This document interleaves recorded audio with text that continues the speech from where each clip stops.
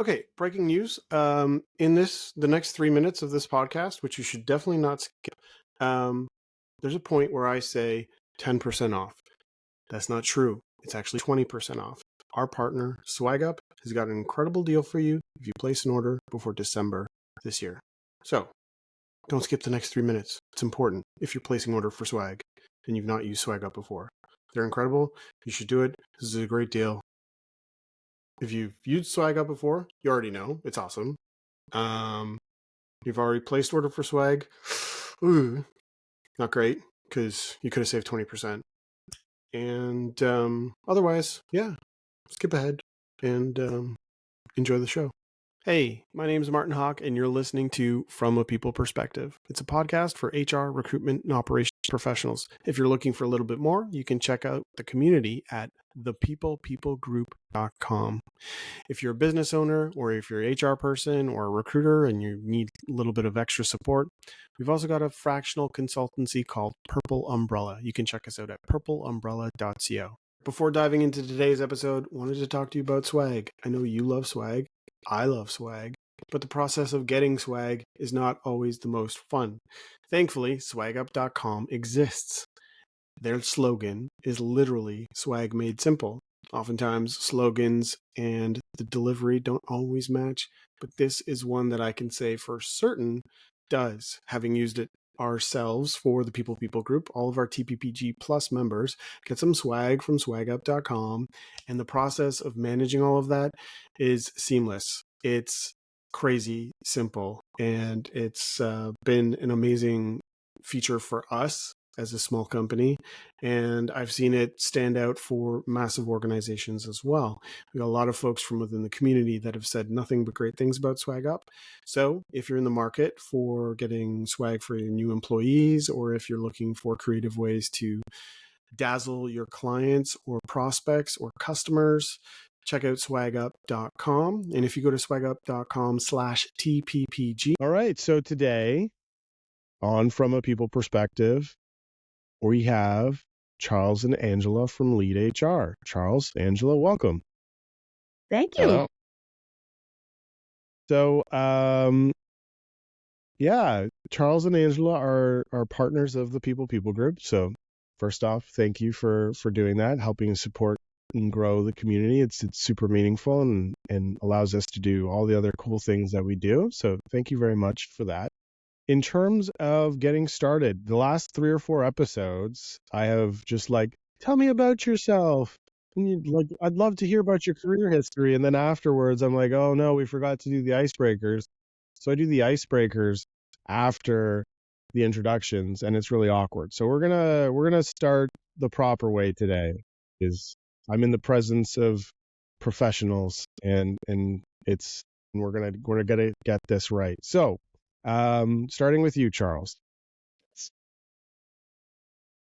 Something crazy has happened to Spotify and the world, and all music albums and all musicians have disappeared from the face of the earth, except for one, and it's your choice as to which one is still here, still playing. Oh my God, that is equally hard and equally easy at the same time, because boiling down to one is the challenge, but I would have probably 3 or 4 that could give you.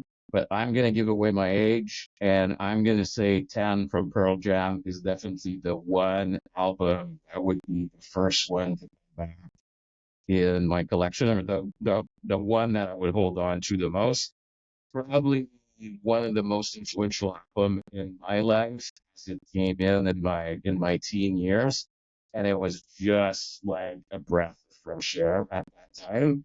And funny enough, I listen to this album, once in a while, and every time I listen to it, I travel back to, what was it, 1992, 1991, something like that. Instantly, I can feel exactly how I was as a teenager back then. So that's my big. You can feel your acid wash jeans. Yeah, my plaid shirts. My hair is just growing. I'm still there. Yeah, I never left. you're there. Yeah. I'm long gone from that, but yeah. Awesome. So is the album's called 10? 10. Yeah. Yes. I Yeah.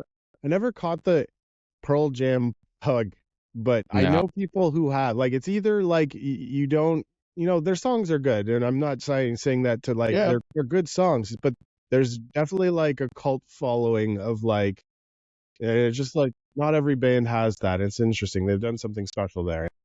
It was the 1-2 punch of Nirvana, Nevermind, and then Pearl Jam that they all swooped in at the same time. They killed like rock, like traditional 80s rock, and just swooped in with the grunge era, and so that was an important part of my life.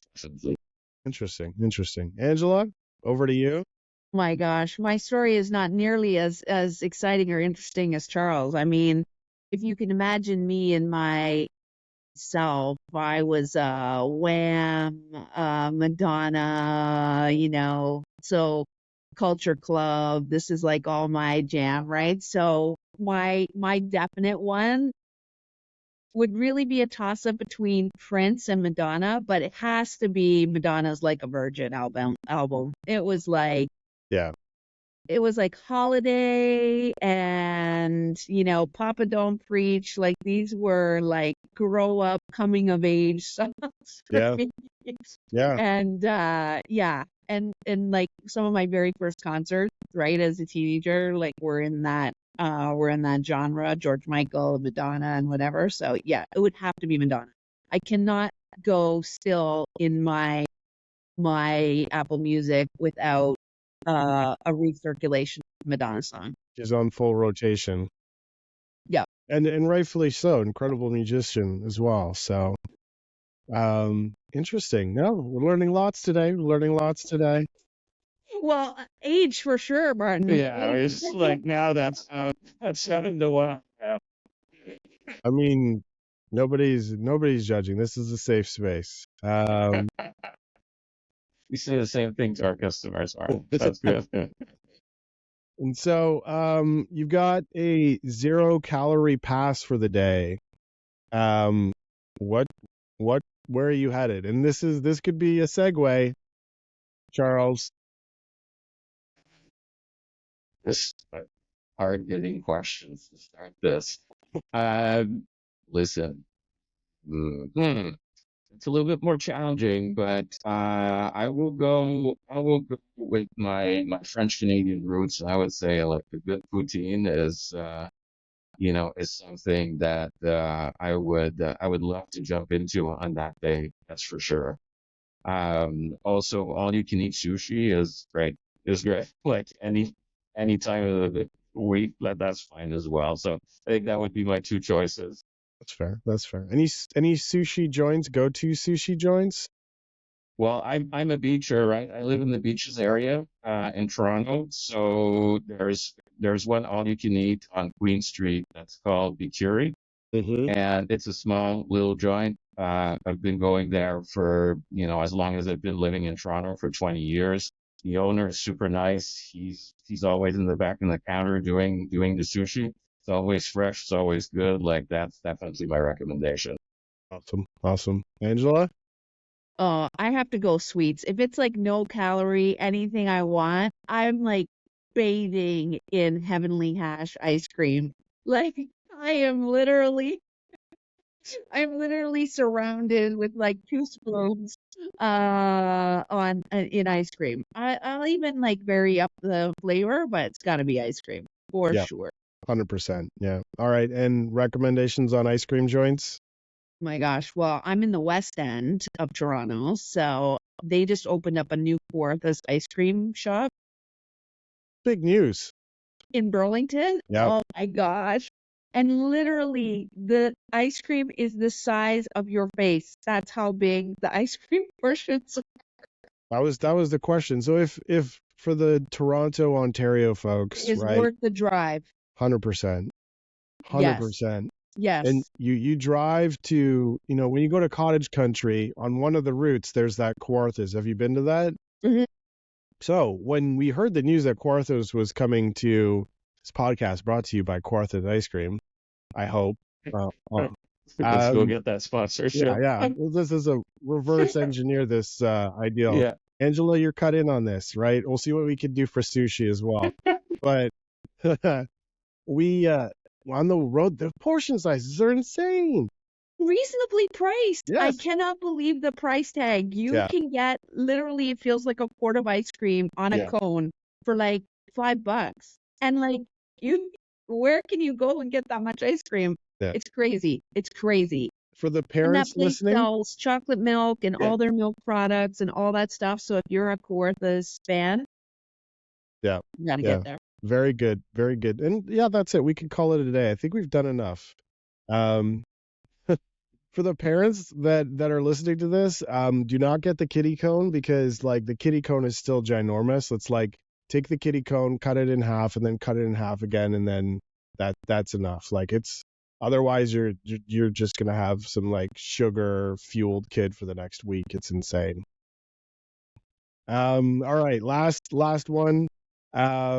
What was your first gig? What was your first paid job? Angela, we'll start with you this time. Oh my gosh, you're gonna laugh at this one. Okay, so my mother, it comes from a long line of entrepreneurs, and my mother had many, many businesses and in my life. And my very first paid job, I made $27. I'll never forget because my mom used to give it to me in small bills so that I could count it. It would be in a brown envelope, those little paycheck envelopes. $27. And she had many Texaco stations back in the day when Texaco was a gas station. And she opened a little donut shop so that I could have a summer job inside one of the areas on the property where the Texaco was. And so it used to be this little donut shop. I was like 12 or 13, and I'd go to work in the summer with my mom, and I would sell. That was my very first job. That's brilliant. That's like baked in daycare, but also like Totally. education and all the Totally. things that one would need for a bright future in leadership training. Totally. I was slinging donuts and Diet Cokes all over the place. Yeah. That's Wild. nice. I didn't Charles? even know that. I didn't even know that. Like I'm learning things today. We've been working together for 20 years. That's 20 awesome. years. 20 years. Wild. There we go. That's awesome. My first job. So my dad used to work for a company called Ritchie Brother Auctioneers, which is a big auction company, one of the biggest around the world. And back then they were much smaller. But what they do is that they buy trucks and construction materials from companies and they auction them off. So my first job was to go around a lot a couple of days before the auction to wash the trucks, put the right signage on each truck so when they would go on the ramp and to be auctioned, like they will be auctioned. So I was probably 14, 15 at the time. Doing that. It was a great job, great environment. Really loved it. Nice.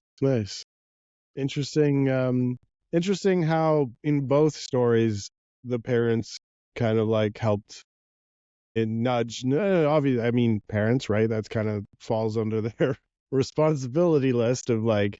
But it's cool to see that they pushed. They both created opportunities so that you could get, because not every household or family has that kind of dynamic. So some of them are like you're like, okay, like once you're finished school, then you can go find something, or you have to find it on your own, that sort of thing. So that's an interesting thing. Not what we're here to talk about today, but very interesting to know. So I failed to make any correlations immediately, but as they come up, I'll see if we can loop some of these metaphors back into the conversation. So you two are the founders, owners, operators, do all the thingers for LeedHR.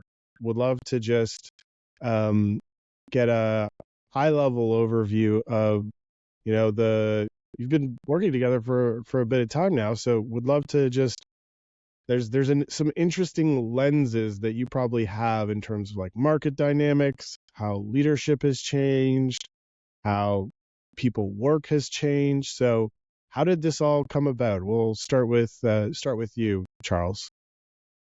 Yeah, well, Angela and I have been, working together on and off for the last 20 years. And it started back at the time when we were both working for the same recruitment company.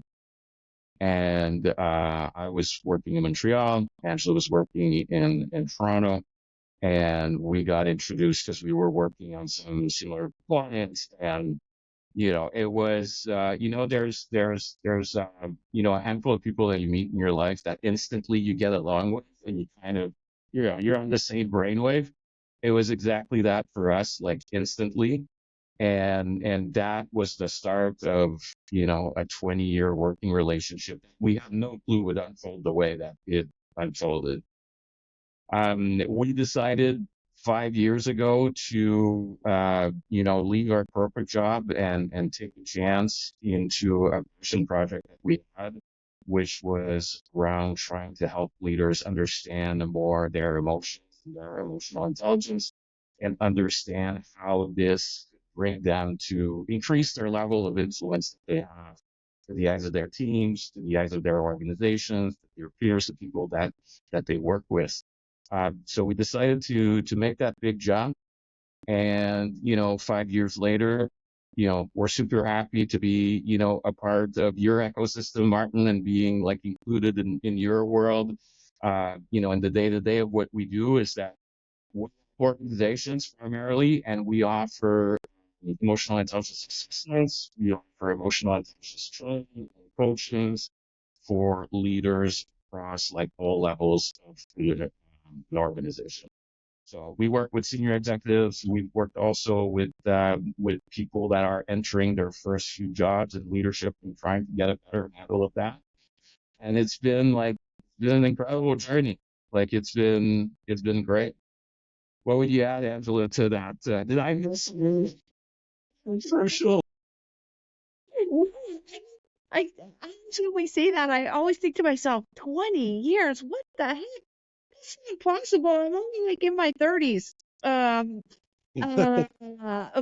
it's so true, right? Like, and then figured out ourselves to find ourselves working in the same places and several companies over the time. And I think, when we got to our last, this last gig we've been on, it was this idea that I remember Charles and I many times just sitting there thinking, oh my God, how different would an organization be or look like if their leaders had more emotional intelligence? And we started from a place of, both Charles and I, of trying to improve our own leadership, right? We were both leaders in different disciplines. We both ran organizations at different levels and in different places. And and like many of the people we meet, and I'm sure like you, Martin, we had our share of good leaders and not so good leaders, that we, would chalk up a lot of what we could articulate as, wow, if this person had better relationships, if they had more ability to be more self-aware, if they had more ability to express themselves, what wouldn't the world of work look a lot different? And that was all emotional intelligence. And so when we got down to it, we were like, okay, we found a business that we really, personally benefited from, and then could also work with other leaders on. And that's been just super rewarding. And it's been 5 years, right? I mean, Yes. Actually want to dive into a pretty deep question right off the bat. So forgive me for not starting off slow, but one could argue that we did some icebreakers. When you have this assessment and you complete this assessment for clients, right? I'm sure there's folks that don't do very well in terms of emotional intelligence. What's the conversation How do you navigate that conversation when you're informing someone that their emotional intelligence, like, they have the ability to read a document or whatever the result is, and feel free to, like, in kind of paint a picture of what that whole process looks like. But in my mind, I'm like, what if the person's just terribly not great with emotional intelligence, and then you're delivering that news to them, so it's this awkward of like, oh, by the way, yeah, you're kind of lacking on this, like, thing that people expect other people to have. It's one thing to, like, it's hard enough to tell somebody they've got something stuck in their teeth, but then to go to them and say, of which neither of you have, and then, like, this isn't like a wing, like, you're both fine, this is gonna be great on video, Thanks. but like that's hard enough. Like, how do you do that for, like, by the way, there's a lot of things lacking from an emotional perspective in your leadership and just style of communication. Like, I think that the key there for us, and what we take a lot of time to think about, is that before launching a group of leaders into an assessment, you have to set up a little bit the the mood and the reason of why people are gonna take this journey. And when you take time to explain that emotional intelligence is about, first and foremost, it's about self-discovery. It's about having a better understanding of who we are, a better understanding of how emotions and the way that we show up when we're charged up, negatively, but at the same time when we're charged up positively. And that in the grand scheme of things, there's no real good or bad. It is just the way it is. And the assessment is not there to, tell people what you're doing wrong, but it's there to create a baseline of reflection for people, the ability to see how potentially they react in certain situations. So the hardest thing, or one of the hardest things for a leader to do in the day-to-day of the craziness of the business that we all do, is stopping and having a moment of self-reflection and thinking about ourselves and how we feel and how it's going, and what's going on in our lives. And what the assessment does very well is that it offers you the opportunity to stop and then put this hypothetical mirror in front of yourself and give you some feedback on some of these behaviors. Yeah.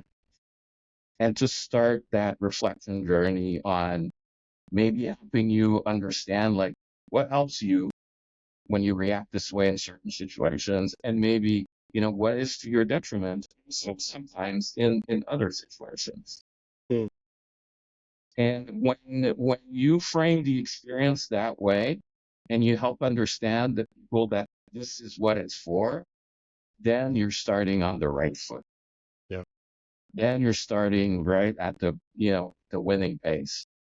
And that makes a big difference how people will live their results. Yeah. Because yes, we meet people that have high results, and we meet people that have lower results. But even if you have high results, it doesn't mean that there's nothing to reflect on. Doesn't mean that there's nothing that you could potentially improve on as well. Because in emotional intelligence, sometimes, like, even high scores have drawbacks. I'll take an easy example, like, if you're very high in empathy, which would definitely most of the time be praised by people that work for you if you're high empathy, because that means that you think about themselves, you think about your team, you think about how they feel. But if you deploy too much empathy all the time, that can come also to your detriment as a leader, of maybe sometimes you have to take the hard decisions that are not going to please everybody. And can you deal with that situation? And when you're higher in empathy, that can make it quite It's hard. challenging to do. It's harder. It's definitely harder, right? And then you lose the balance, and in the situation of a leader, the balance is really the key, to Charles's point, because over-indexing or under-indexing in a particular area can have equally beneficial or less beneficial places for you.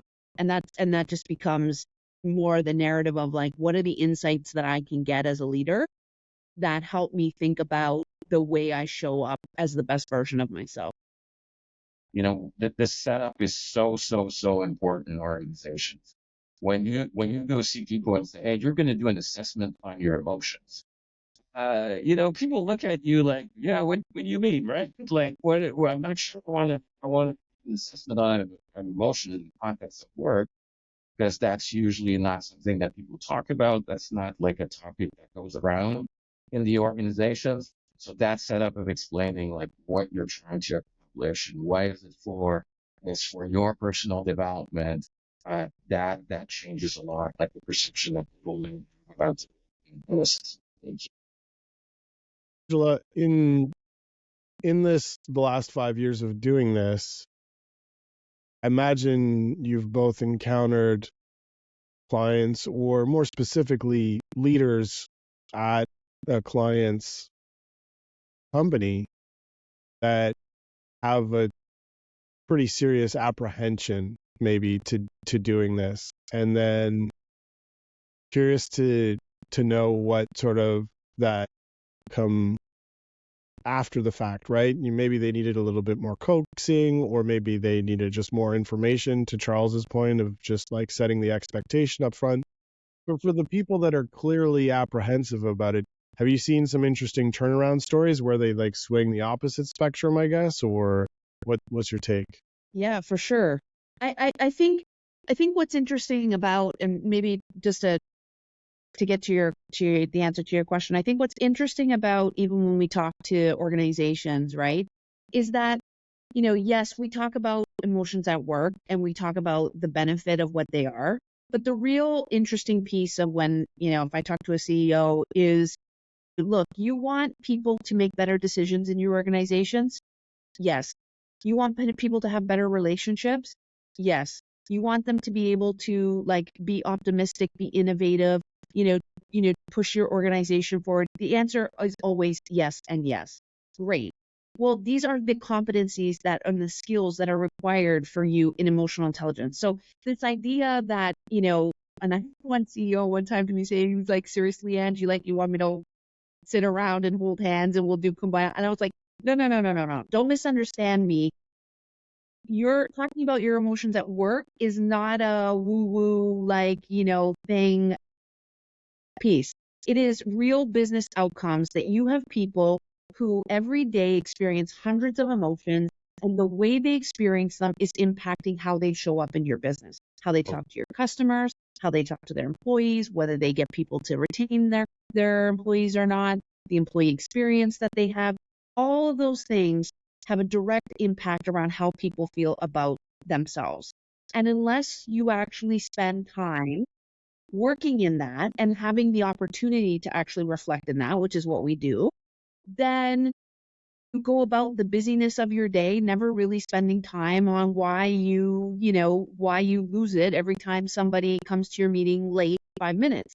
Well, there's a deep rooted piece to that, and that we're trying to like have a dialogue about, right? And understanding for people why that happens to them and what they could do differently to show up better. And so we have lots of experiences where, HR or human resources who we may talk to says, yes, we'd like to explore this kind of work inside our organization. And I mean some like tough organizations too, like, and think engineering organizations with like project managers and people that, don't typically do this kind of work, builders and, what you would consider to be more difficult industries that maybe don't spend as much time in this section of soft skill development. And the change that comes when you can actually link those to business outcomes, because you can link all of those that soft skill learning to business outcomes. And there's tons of research that shows it's actually true, right? That this is actually helps workplace performance. And so when you can get there, that's one thing. And then, Martin, when people experience our programs and they go through our programs, some of the things that they come back with are like, wow, that was like, I didn't really think about it that way, because the work we do is grounded in like, what's the workplace application? What's the scenario? Having a difficult conversation, having to basically tell somebody, to set their expectations. It's, all these things that happen in our day-to-day business life that we use real application for, so that that's relatable to them, so that they can actually, experience it in a way that's meaningful to them, which can significantly change the way people feel about having a conversation about this topic.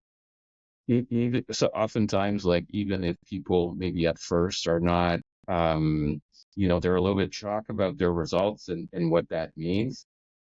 More often than not, it ends with "Thank you. This was transformative in understanding myself and giving me like tracks that I can explore in order to maybe show up differently." Because I would say most of the time, people will at some point in conversation will say, "Yeah, this course represents who I am. Like, it's a good representation of me." And you can feel that there's a portion of there where there's things there that maybe people are not super happy to voice, and they're surprised that it's showing up. But at the same time, it's there and it's true, and now it gives them an opportunity to look at this objectively and make an educated decision on what they want to do about that, and how that can then change their day to day and change the experience that they have, on top of changing the experience of other people that aren't in the business. Yeah. Oh, interesting. The it's it's interesting that it's so far removed from the day to day, right? If it's such a huge impact to how people show up at work, right? But there's no real dialogue around it typically, in terms of, well, this is, so and so is doing this because of this. Half the time it's because they don't even know themselves to a degree, right? And which is why there's the need for self-reflection. I guess there is this aspect of sort of, you hear about companies, every company has their own culture, right? And I'm curious to hear from your perspectives, are there cultures out there in companies that are sort of, okay, you have to even get to the place where you would be able to extract value from engaging with LeedHR, or just engaging with the practice of talking about emotions and talking about emotional intelligence or emotions at work?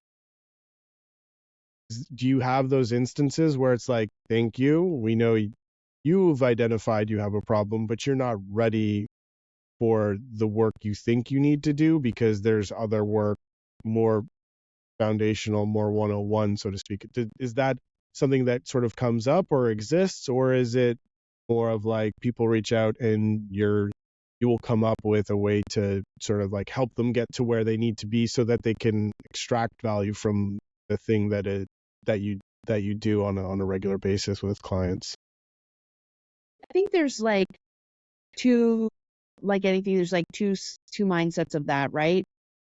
Charles and I are very distinct on the fact that we're not going to convince anybody to do emotional intelligence work, right? Like they convince them, meaning that they have no interest in like sort of pursuing those soft skills. They have no interest in, or can see the connection between how the person shows up and how these things can help. There are some organizations that we talk to that emotional intelligence is not the place that they're going to invest their time or their money, because they're not at that spot of being in a place to be able to get there yet. And that's fine.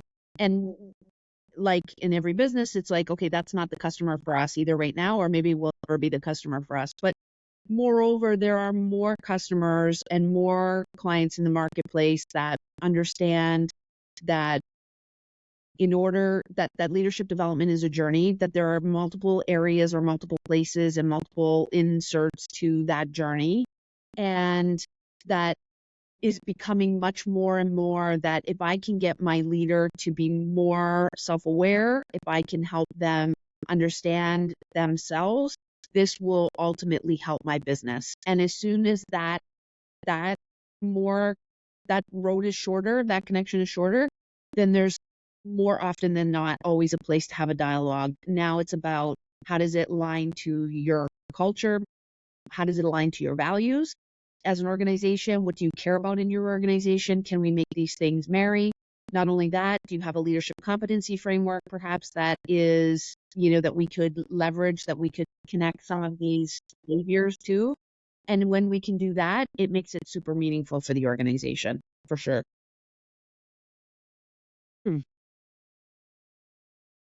Might have to cut this out. Who knows? But I feel like companies, when they say they have these values, it's all the same. Like, is it like, it feels very much like, how do you say we want ambitious, hardworking, dedicated, trustworthy employees, and that we value this a million different ways? And so having the lens of, 20 years of being in this space, but also seeing like the evolution of how companies are creating their cultures or trying to foster and guide cultures, part of me is like, can we just get back to some of the basics on some of this stuff and just admit like these are all the same things that companies typically want, or am I a little bit off to say that to kind of lump it all together and no, like each company's going to want something uniquely different, because ultimately we're all in this bigger system and economy and whatnot, and they have to play within certain rules, and so those behaviors kind of report to the shareholders, and so that creates a whole system of behaviors across the board. So I guess like what's your take on that? And I know that's pretty broad, but I think when we think about values, like you can look at it from, different levels. I think based on your comment, I would push back a little bit to say that the importance that is attributed to values within an organization changes a lot from one organization to the other. Whereas you'll have some organization that, we have the 5 values on the wall, but, the values manual is in the last drawer of your desk and it's been there for 15 years and it hasn't necessarily. You have other organizations that we have worked with that put a lot of passion and an effort in trying to make those live as much as they can, in trying to find ways to communicate them, on a regular basis. Even more importantly and it's where I think that a lot of organizations, that's something that you can think about more, is also helping people understand in the day-to-day what this means. If you have a value that is people, generally I can agree on what the concept of people is, and I'll have my own interpretation of what that means. But as an organization, how do I empower my people to understand what does my value mean? And then on top of that, what are the actions that are celebrated in the organization that represents that value? And I think this is where like sometimes there's a gap that organizations don't do that extra work, or we're all busy, so I'm not throwing any stones at anybody here, but of demonstrating, showcasing, good behaviors that lead to that value. I think that makes a big difference. And when those behaviors are then modeled across the organization by different important figures within the organization, that shows up a different way. And that resonates definitely a different way with people that walk in, every day in the business. And basically why we like so much emotional intelligence also is that it gives you a way to parse out your values and to establish those behaviors, and ultimately, tell your people, hey, people, the overarching people are, that means these 5 things, right? Or it means these, it means recognizing, it means like so on and so forth, and being able to give training and facts for people to use and to implement in their day to day is, I think, sometimes the gap that people in organizations need to think about. Yeah. Oh, thank you. It's even as I asked the question, obviously, I'm thinking, and I don't know that I necessarily feel it sounds like I'm jaded, maybe, right? Like, oh, there's this, it's all been done before kind of thing. But there's also pattern to it, right? That you end up seeing across the board. So then it becomes a valid question to a certain extent, but that's helpful to know. I'm wondering, thinking of, one of your favorite clients, do you have a story of, not necessarily the favorite client, but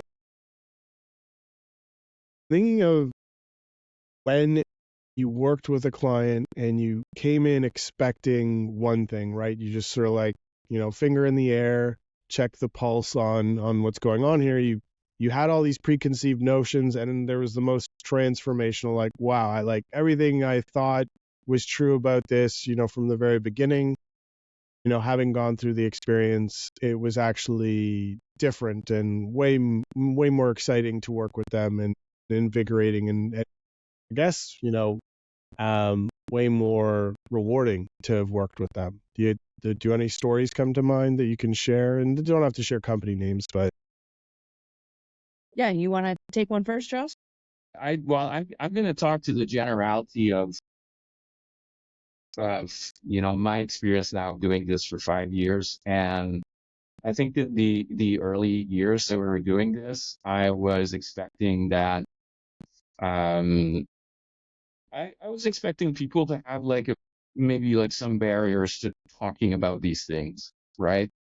And that I was expecting that there would be an equal portion of people that liked the topic versus didn't like or didn't believe in the topic.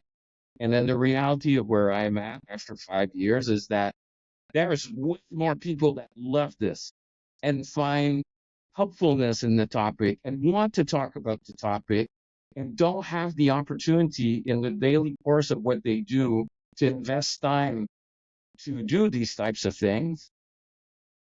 And that for me is what gets me to come back every day because of the feedback that we get, and also because of the conversation I have with people. Like, we do group settings, we do one-on-one also with people. Um, when you get to sit down with somebody and talk about their leadership, talk about what they want to improve or what they're thinking about, you go at the core of who that person is. And I'm going to tell you, there's a lot of great people out there. There's a lot of great people. People that want to succeed, people that want to win, people that want to improve, and they understand that they're not perfect and there's some things that they need to think about. But at the core, there are great individuals, great individuals, and that has been great for me. That makes my job very rewarding to be able to offer somebody a space to first of all talk about it in a non-threatening way, in a very safe space where we can talk about the real things and not have to try to masquerade or to camouflage like here and there, and take it where it is and try to decide like together, or by talking about it, like, hey, what can we do with this, and what would be beneficial for you.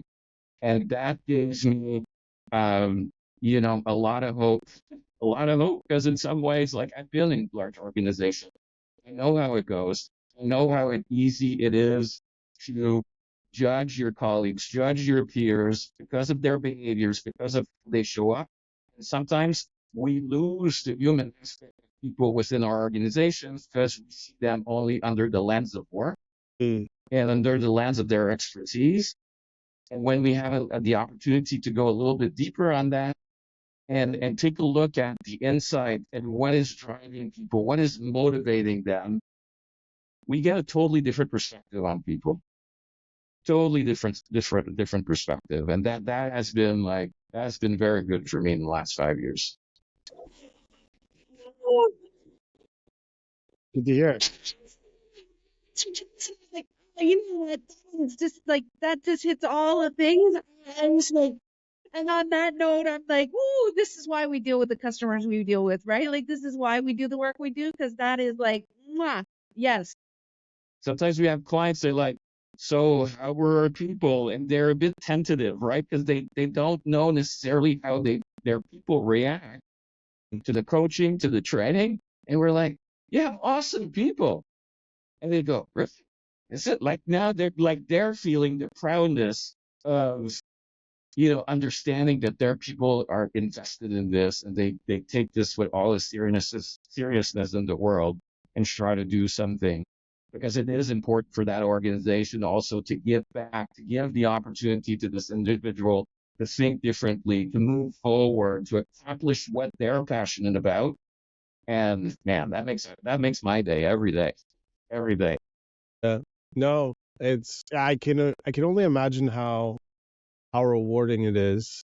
And having done some consulting myself in the last 2 or 3 years, there's nice moments there where you can say, oh, that this little thing here that I did, da, da, da, da, and it, we helped them hire this person, or we helped them decide not to hire this profile or specific job, but we converted it into this, and that was actually the right thing. And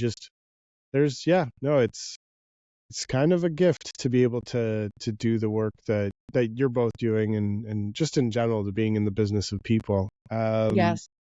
And we come at it from a very understanding standpoint, like Angela was mentioning, like we were leaders, we led our own things, and we were far. Well, I'll talk about me. I was far from being perfect in my approach of leadership, and if I knew back then, like what I know now and some of the experience that I went through, like of course there's some situations I would love to go back and do differently.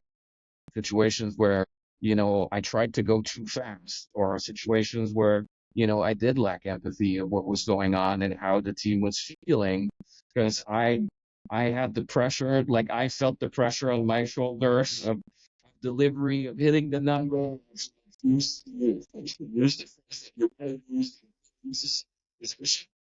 the way that I felt made me show up not the right way for that specific situation. So there's a bunch of areas I'd like to go back and take another crack at it.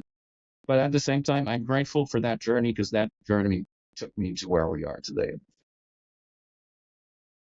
Angela, thinking back on the last 5 years doing this work, are there any sort of key milestones or aha moments that you can think of where you just had this inherent feeling? Like, I imagine to a degree it might have felt like a risk to double down on this, right? Because you hadn't done it before, and before you do something, there's always the ambiguity and the doubt and the self, all that fun nonsense that the brain conjures up. But I guess, was there an aha moment? You're like, you were on the right path. Like, curious to know if there's any stories that Yeah. come to mind there. Yeah, I think there's two things. One is that Charles and I are relentless in getting feedback, right? So whenever we go somewhere, do something, present, put ourselves in front or in the face of, we look for feedback. That has been really instrumental in us making sure that the stories we tell resonate, that the things we do matter, to be able to course correct when we get feedback that is different than the way we saw it. So we iterate, we practice, one of our core, rituals and one of our core values in our own culture is with our teams is to practice, is to do before we actually get in front of the customer. And these things have helped us to iterate ourselves to make sure that we're actually showing up as the best versions of ourselves and that we're taking that feedback very seriously. So, like I said, every instance we've done, every single workshop we've done, whether it's been a half an hour, 90 minutes, a day, 8 months, whatever that looks like, that's been predicated on satisfaction surveys after every time.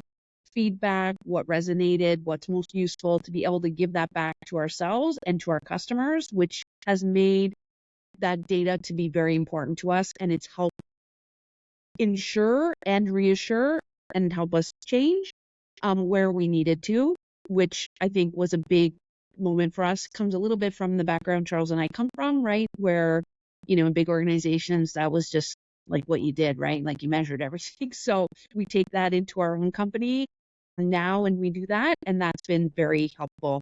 So that reinforced what you're talking about by giving us aha moments that, okay, this works, this doesn't work. Okay, we'll try this one, this way, that way. So that gave us good data to help us do that. I think an aha moment for me is that you actually alluded to it when you asked the question about it must be hard to like talk to people who have lower scores in some areas. And I certainly would, again, I won't speak for Charles, but when I first started, if I saw somebody with lower scores, and I was coaching them and I was doing the debrief for them, I immediately thought like, oh my God, this is horrible, right? Because they have the lower scores. And I felt this big responsibility to ensure that I manage them in a way that I was meeting them where they are. And I always had felt that people with lower scores, that was going to be a harder conversation. And my own mental model, my own, limited belief about this was that higher was easier and lower was harder. And in fact, in some ways, lower is easier because these people, in lots of instances, people have a realistic version of how they view themselves, and or they have a deep desire to be better. And their self-actualization, which is one of the skills of emotional intelligence that we measure, is high. And so they predicate themselves on the fact that they want to learn, they want to do better, and they don't go into work with this malicious idea of being a bad bot, like being bad at what they do, but with this deep desire to be better. And so in that regard, that was kind of like a bit of a aha for me, that it's very rewarding to have a conversation with somebody who sees the value in working on themselves. So those conversations, in fact, are easier than higher scores. Interesting. Thank you. One of the interesting things that we've seen, like in the last 5 years, is that one of the other competencies that the assessment measures that we end up talking a lot about is the level of confidence of leaders. And you would be surprised to see that more leaders than not have less confidence. And that is sometimes a little bit mind shifting, because when we look at our leaders, walk around our organization, do their things, oftentimes we would tend the leaders to be mostly confident in how they operate. And the case is the other way around. I would say like 60% of people that we measure have low confidence. So when you understand that and you maybe relook at those behaviors, then you get a different reading and a different understanding of maybe how people, perceive situations and react to the situations. And that sometimes can go a long way into explaining, how somebody's going to show up in a certain situation. I have to ask this question because it's in my brain and it won't get out. In your personal lives, like you're at the mall or you're at and you encounter someone with like a low emotion, like this has to, like, I know stuff like, oh, I would never, as a recruiter and HR person by trade, like talking to an incredible server at a restaurant, I'm like, oh man, I wish I could get their resume. Or you get a terrible one, like, oh my goodness, like this person, you can't even imagine, like, what's this person like on interviews? Just like those sorts of thoughts kind of come through my mind. Yes. Is EQ kind of living in both of your brains, like in your personal life as well, in terms of like, when you're interacting with people? And does that give you a bit of an edge when you're like, oh, well, this person seems to be at this state and I'm gonna, pull a Houdini and turn their day around just because where they are and they don't even know it themselves? Or I'm just curious. Yeah, it can. I certainly think it can. I think what served I think what served us most at LeedHR with all of the folks who work with us is our sense of curiosity, our deep interest in understanding people and where they are. And so for me, I lots of times, to your point, I'll be somewhere and somebody will say something or they'll do something, and my immediate reaction to that is, wow, what must they have going on in their life right now that forces them or thinks that it's okay to say that way? Or, I hear a leader in an organization that I'm in and I'm spending time in there, and I hear something and I think, my first comment is not like, wow, that person's really not a nice person. My first thought is always, what must that person have going on that I'm not aware of that is causing them to behave like that? And that curiosity is what I think makes the work really interesting, but also two, makes it so that my response then isn't a response to that, but rather a question or an ask or trying to meet them where they are. So does that mean that curiosity is sort of just like, in a single word, the first thing you can do to become more emotionally intelligent is to start from a place of curiosity? Is that a simple framework to use, or? It's a very good place to start. As the other person, it's a very good place to start because it will force you automatically to not think about yourself and to have a perspective of the other person. And as soon as you can have a perspective of the other person, you automatically get into a place where you are actually forcing yourself to pause, like inadvertently, and not react, but rather come from a place of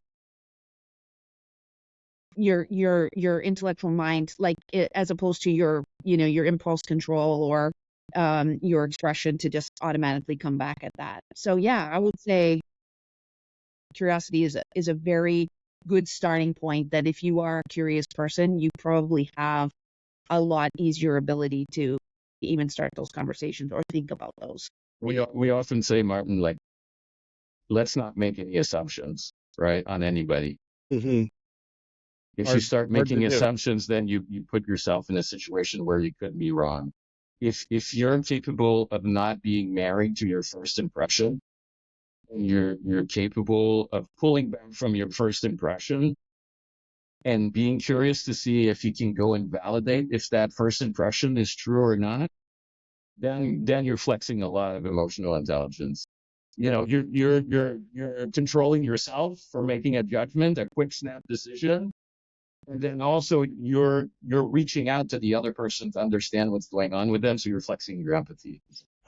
So you need to be able to not be married to your first impression, but by nature of being human, you almost date the first impression pretty.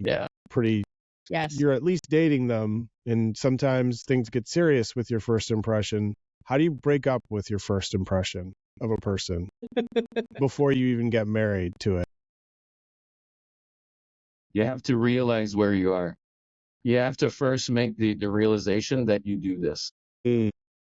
Right? Like that's the starting point. And I think any good human being loves to judge people. Like, it's easy to do. It's affordable, right? It's part of all of our skill set. But if you can have some mindfulness around how sometimes maybe your first impression gets you down the wrong path, then you're ahead of the game of 50% of the people. Interesting. Angela, you were gonna chime in there before I have 3 more questions, and we could go. Yeah, I was just going to add to that the skill then that comes on top of that is your ability to use your flexibility, which many people sometimes say, oh yes, I'm flexible, right? I let my staff take holidays. I let, I'm easy where they work. And it's like, in emotional intelligence, the concept or the skill of flexibility is actually about your ability to change your mind about something. So if people meet me, they would know that a common thing that I say is, look, I'm not married to that answer. If you have a better solution or right? I could be convinced of something else. That's a great skill to have as a leader because you can take other options. The downside to that skill, Martin, though, is over-index that can show up as or be perceived as, well, you just got to get to Angela first because you could change your mind pretty easy because she's actually so flexible and she's not married to what's perhaps any idea that will be, she'll go wherever, you take her. And so that's the light and the dark side of all of the competencies that we have within us, because every competency under-indexed or over-indexed or out of balance can show up differently for the leader. So you could see how just that concept of flexibility at both ends could either serve you well and not serve you in different contexts. Yeah, for sure. Emotions and therapy go hand in hand, and oftentimes in the HR and recruitment space, I've heard CEOs, I've heard executives either comment that the people ops team is too much into the emotional side of things, or not specifically, they don't even talk about emotions, but they're just saying we're catering to people's, the woo-woo side of things versus actually driving business results and all that. Like, we're forgetting. And so I imagine that is a challenge that a lot of people ops people face, because I've seen it so many times. It's a theme.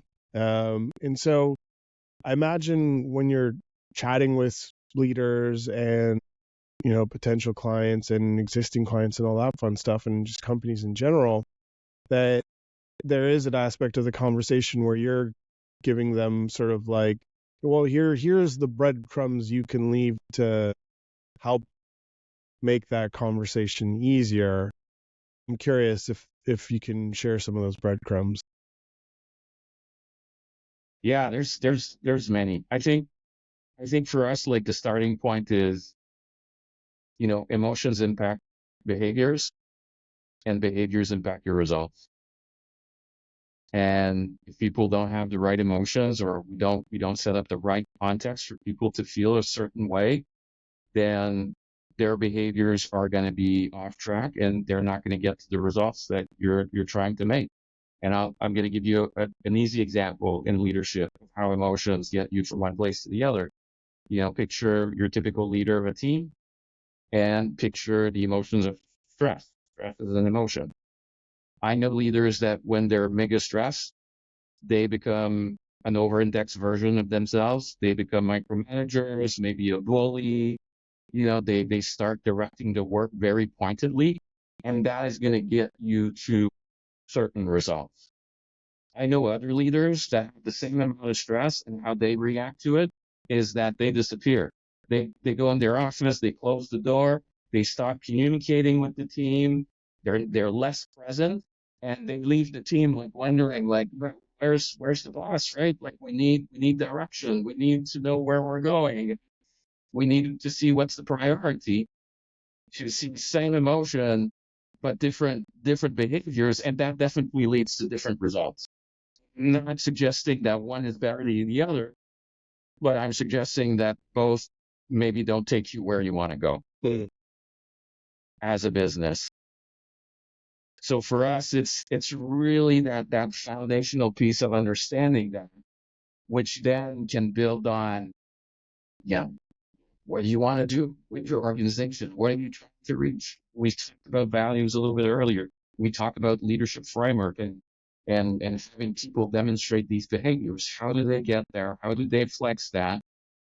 All of these things impact results at the end of the day. And I'll steal a phrase from Angela. Angela always says to people, or to potential clients or clients, like, your business is your people. Your people is your business. They are the one pressing the buttons, talking to your customers, doing the reports. They're the ones doing that. And as an employer, I feel that we all have a responsibility of, creating an environment to the best of our capabilities that's going to empower the right feelings in our employees that will lead us to the right behaviors and the right results. No, very helpful. Very helpful. Thank you. One last question on my end before we wrap, and that is our friend artificial intelligence being talked about everywhere. I'm using it every day in a million different ways. It helps me make recipes, come up with dinner plans. I've used it as sort of like a journaling tool. I'm sure there's varying levels of people's embracing the technology. And as savvy entrepreneurs and business owners, I'm curious because emotions aren't this thing that have really been, that's not like, it's great at language and language represents emotions. But I guess I'm curious just to hear what you're both curious about in terms of the technology and where it's going and how you think it's going to impact this aspect of work and the work that you do. I think that at its baseline, even for us, we use it in our work day to day, right, to help us think about scenarios, places, things that will help us think about the circumstances that people find themselves or the situations people find themselves in. I think what's interesting about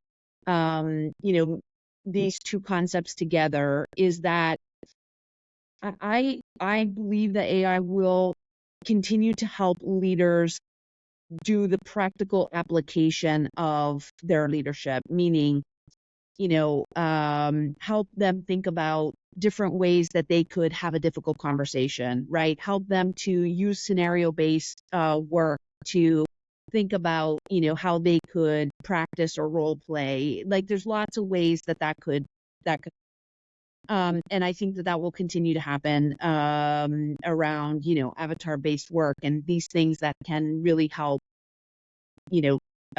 put stickiness around the implementation of that.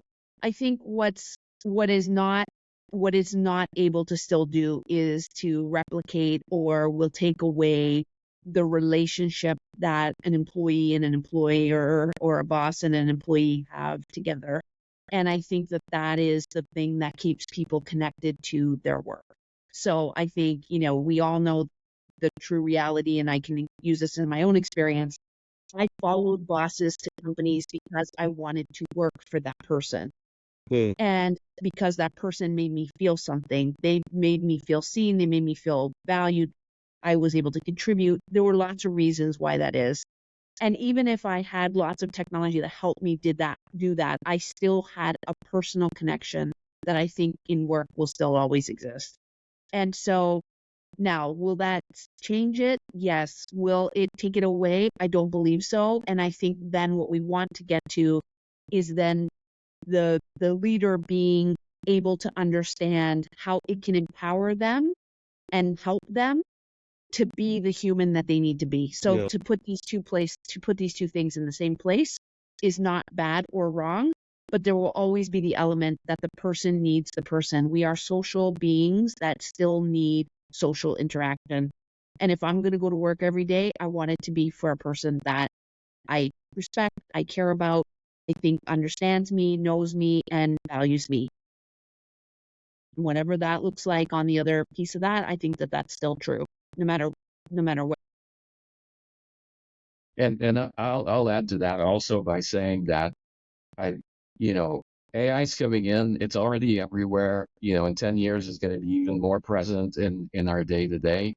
And what is interesting is that if you go back to the future of job reports that were put together by the World Economic Forum in 2018, they were talking about the state of technology and how it was going, into all the areas of our lives. And what's interesting about the report is that the skill that they feel that people need to be in order to be able to work with technology are mostly skills that are attached to how we feel in the first place. And they have identified that people are flexible, if people are resilient, if people understand their emotions and they work on their critical thinking, that's going to help them, also, um, you know, like kind of manage the impact that technology has on us on a day-to-day basis. So I think it can help us like in both of these ways, and it's I think there will always need I can't talk anymore. There will always be a need for understanding ourselves and how we react to things, and technology is part of that. Yeah. Yeah, no, it's interesting because we don't know where it's going to go necessarily. We can assume and anticipate, but I had no idea that I would be using AI the way I am a year ago, let alone 5 years ago, right? At first, it's like, oh, this is clunky, it's never going to take my job, da da da da da. To like, oh, wow, right, yeah, so that's really impressive and that's good, and it's just getting started too. So, but I think I mean, I don't follow the space as closely as you, but the idea that, how it's going to be a choice, I think, of how we want to spend our days, right? And so Yeah. if we're, to your point, Angela, about really wanting to, I go to work because, I believe in the company's product or service or vision, and I want to help bring that to life, or and on top of that, I really enjoy working with Charles and Angela. They're great, da da da da da. And if you become different people, or a boss leaves and then all of a sudden you're reporting into someone else and you don't have a relationship with them and they're not taking the time to get to know who you are, and da da da da da, of course I'm going to be disengaged, right? And I went through a very, like, to a T, that example. Like, I joined a company which their mission and vision wasn't overly appealing to me, but the person who was there was incredible, and I wanted that experience. I wanted the experience of Yep. learning from them, and no, it's just an interesting space to watch. And I until we had gotten onto this podcast, I didn't think of, like, oh, how is AI going to impact this side of things? And so, no, it'll be a interesting thing to watch regardless. Absolutely. For folks that are looking to get in touch, and anything you want to call out or shout out, or to the folks that are still listening? Yeah, definitely. LeadHR.com is where people can find us online. We're super active also on LinkedIn. We have a corporate page on LinkedIn for LeadHR.com. Angela and I have also a personal account there where, we share our thoughts around emotional intelligence, around leadership. So that's a super good place to see us. We're doing a few HR shows in November also coming up. We're doing the HR Leader Summit. We're doing the I4PL conference also at the end of November. If you are there, come and see us. We're always super happy to, meet new people and have a good chat. So come and see us. We're here. Awesome. And we're at all your TCPC events also. Sure. We try to, participate as much as we can also on this channel, like when people talk about leadership, or if you want to reach out there, like we're active members and happy and proud to be there at this. Thank you so much. Angela, any final thoughts? Yeah, I think until you can get to some practical application, emotional intelligence continues to be sort of like a very big catch-all that people use the term. And I would say, to Charles's point about LinkedIn, if you either get online and you subscribe to our newsletter, or you use LinkedIn to be able to see our content, what we want to make sure we do is give you like frameworks you could use, tips you can try, questions you can use. So we want to be able to give you as much value as we can so that you can think about emotional intelligence in a more grounded way and a more applicable way to your style. So if that's something that you're interested in, that I would suggest you go there, because you get some real applicable models, frameworks, and content that you can actually apply like right away. Amazing. No, thank you, Angela. Thank you, Charles, for being on the podcast today. It was awesome, Martin. Thanks for Talking having to us. you. Thank you.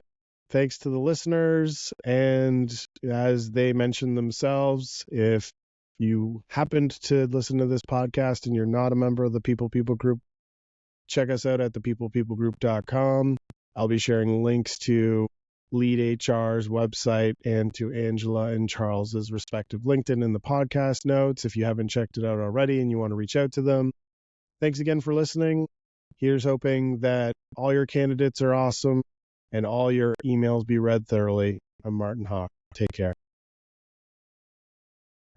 We're done. Hey.